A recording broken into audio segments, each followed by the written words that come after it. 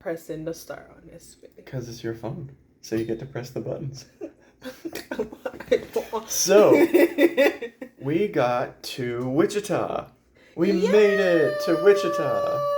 And I think so I think two things I want to point out here.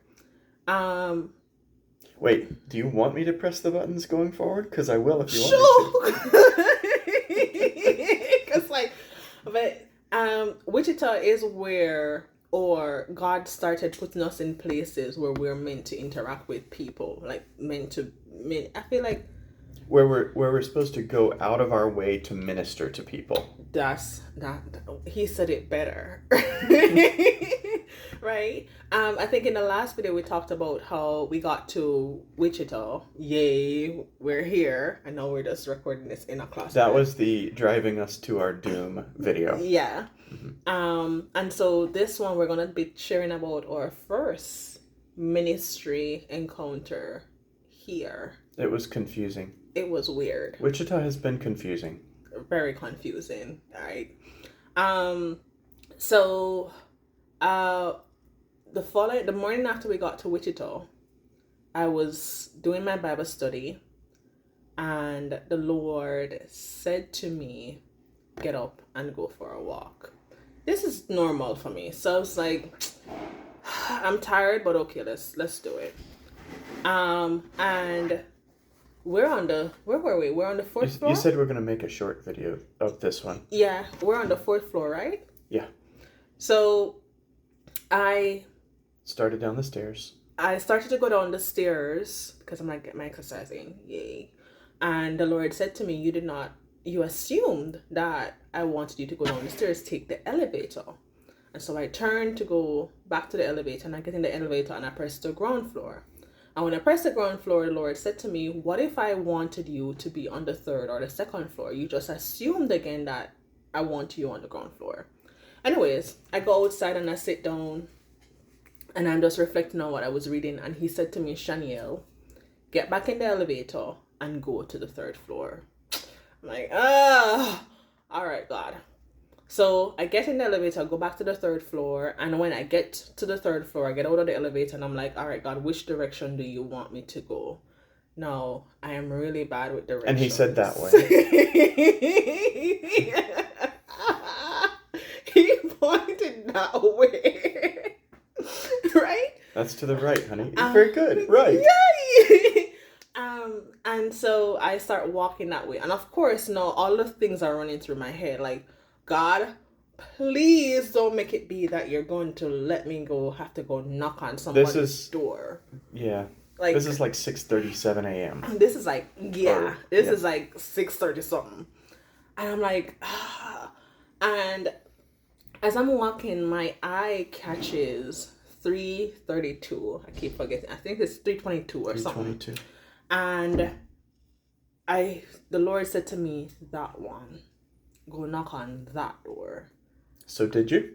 No, I did not. What did you do next? I went to the end of the hallway.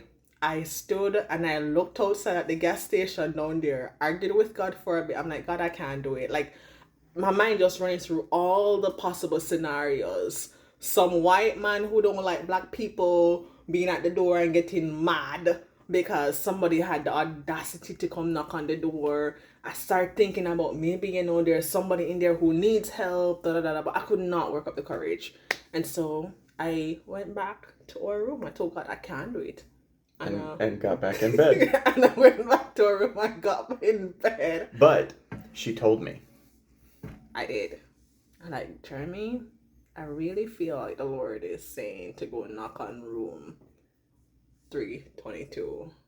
And so I put on my pants. I was like, let's go do it. I said, let's go. And what I was thinking was, oh, that's terrifying. It's 6:40 a.m.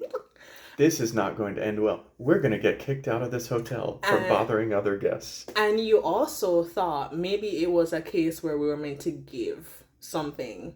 And so you were like, oh, yeah. You were like, maybe we should bring some money with us. And I did not feel in my heart that it was a giving situation. Mm-hmm. And so the thing that you asked, which I thought was really good, is, what did the Lord tell you to take with you the first time? And the only thing I had in my hand was my Bible. That's like the backtrack stuff that Steve Bradshaw talks about. He was talking about that with us yesterday. Yeah. Backtrack to the last place where you heard God's instruction. Backtrack to the last place where he provided for his will. Yeah. And so it was, we got the Bible, we went back up to 322. I put the cash back. He put the cash in the room. I made sure I did not take any temptation with me. Yeah. And so we went up to that door and we knocked. And a young lady opened it. And I was just like, "Are you okay?" And then I'm like, this is gonna sound really strange, but I was just gave her the whole spiel, like, but I really, like, God led me to you and told me to knock here, da da da da da. And she's like, "No, I'm okay." And I'm like, I was like, I don't know why I'm here then.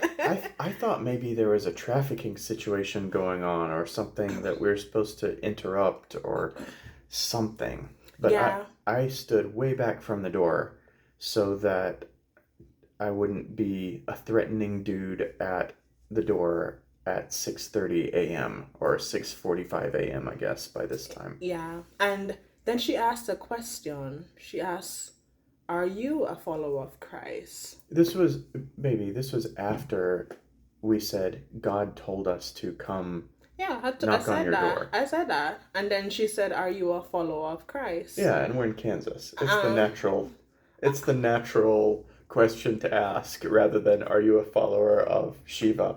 I don't know. But she said that, and we said yes. And then she said, "It's good to know that people like you still exist."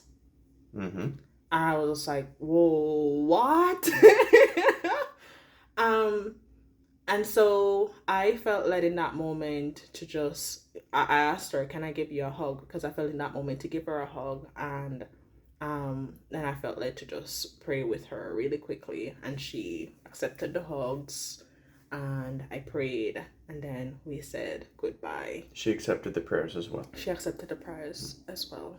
And then we said goodbye, and we left. And did not get kicked out of the hotel. And did not get kicked out of the hotel. And for a while, like, we were wondering, like, God, what is that about? Like, you made such a big deal about this. But I really believe that there's a seed that was sown that morning, or there was a seed that was watered that morning.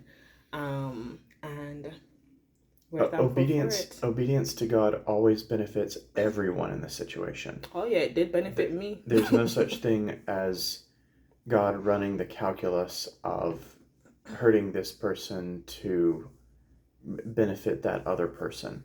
Both people benefit. Yeah, it's everything relating is about sanctification in some way. So that was our first day in Wichita. First full day in Wichita. Oh, that morning started. Yeah. And we're gonna stop here because in the next video we'll tell you all about how we still didn't know at that point where we would be staying that Thursday night, and what God did to make that happen. Did we talk about the issue with the Airbnb in the last video? I think timing we did. Issue? Okay. Yeah, cool. I think we did. So y'all know we had a place to stay from Friday onwards until the following Tuesday, I believe. Yeah. But we did not have a place to stay that Thursday night. The Thursday night before that. Which is Pink Flamingo University night. Yay! So we'll see you in the next video. Love y'all.